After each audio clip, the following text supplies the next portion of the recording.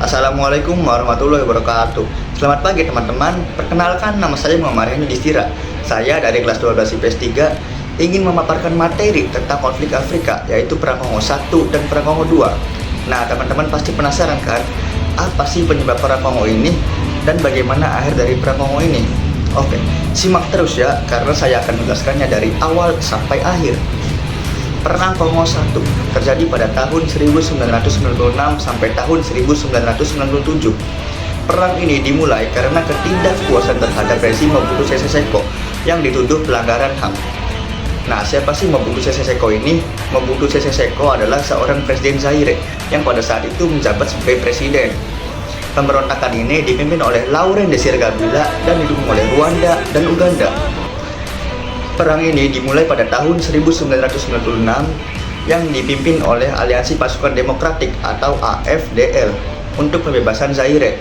Dengan dukungan militer dari Rwanda dan Uganda, pasukan Kabila akhirnya berhasil menduduki ibu kota Kinshasa pada Mei 1997.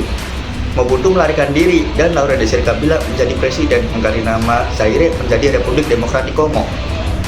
Adapun dampak Perang Kongo 1, yaitu yang pertama, berakhirnya rezim Mobutu setelah lebih dari 3 dekade. Yang kedua, Zaire berganti nama menjadi Republik Demokratik Kongo. Yang ketiga, pecahnya Perang Kongo yang kedua. Oke, kita lanjut ke Perang Kongo yang kedua. Perang Kongo 2 terjadi pada tahun 1998 sampai tahun 2003. Setelah berkuasa, Kabila memutuskan hubungan dengan Rwanda dan Uganda yang sebelumnya membantunya. Ketegangan terus memuncak setelah mengetahui Rwanda dan Uganda kembali mendukung pemberontak untuk melawan Kabila.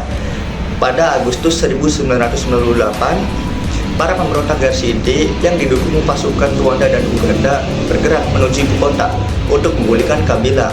Sementara itu, pemerintah Kabila mendapat dukungan militer dari Zimbabwe, Angola, dan Namibia untuk mempertahankan pemerintahannya. Perang berubah menjadi konflik multinasional.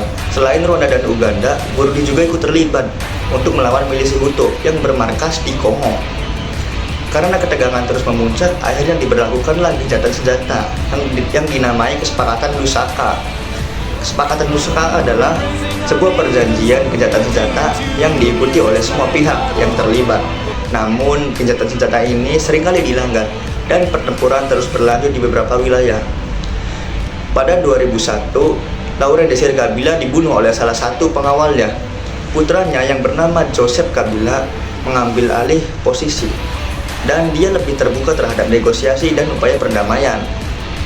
Pada tahun 2002, kesepakatan Pretoria dicapai yang mengatur penarikan pasukan asing dari Kongo.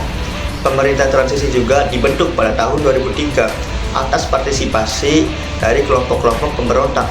Meski perang ini berakhir pada tahun 2003, namun konflik dan kekerasan masih ada di beberapa bagian, terutama di wilayah timur, karena keberadaan milisi lokal dan pengelolaan sumber daya alam. Nah, adapun dampak dari Perang Kongo yang kedua. Yang pertama, lebih dari 5,4 juta orang tewas, mayoritas akibat kelaparan dan penyakit. Yang kedua, krisis pengungsi. Banyak warga yang mengungsi dari luar ataupun ke dalam Kongo. Yang ketiga, eksploitasi sumber daya alam. Perebutan emas, berlian, atau koltan menjadi bahan bakar utama konflik. Nah, segitu saja pemaparan materi dari saya. Selanjutnya saya buka sesi tanya jawab. Mungkin teman-teman sekalian ada yang ingin bertanya? Oke, karena teman-teman sekalian tidak ada yang ingin bertanya, saya akhiri presentasi ini. Karena presentasi lama-lama kurang bagus seperti hubungan kalian yang tanpa status. Sekian dari saya, kurang lebihnya mohon maaf. Wassalamualaikum warahmatullahi wabarakatuh.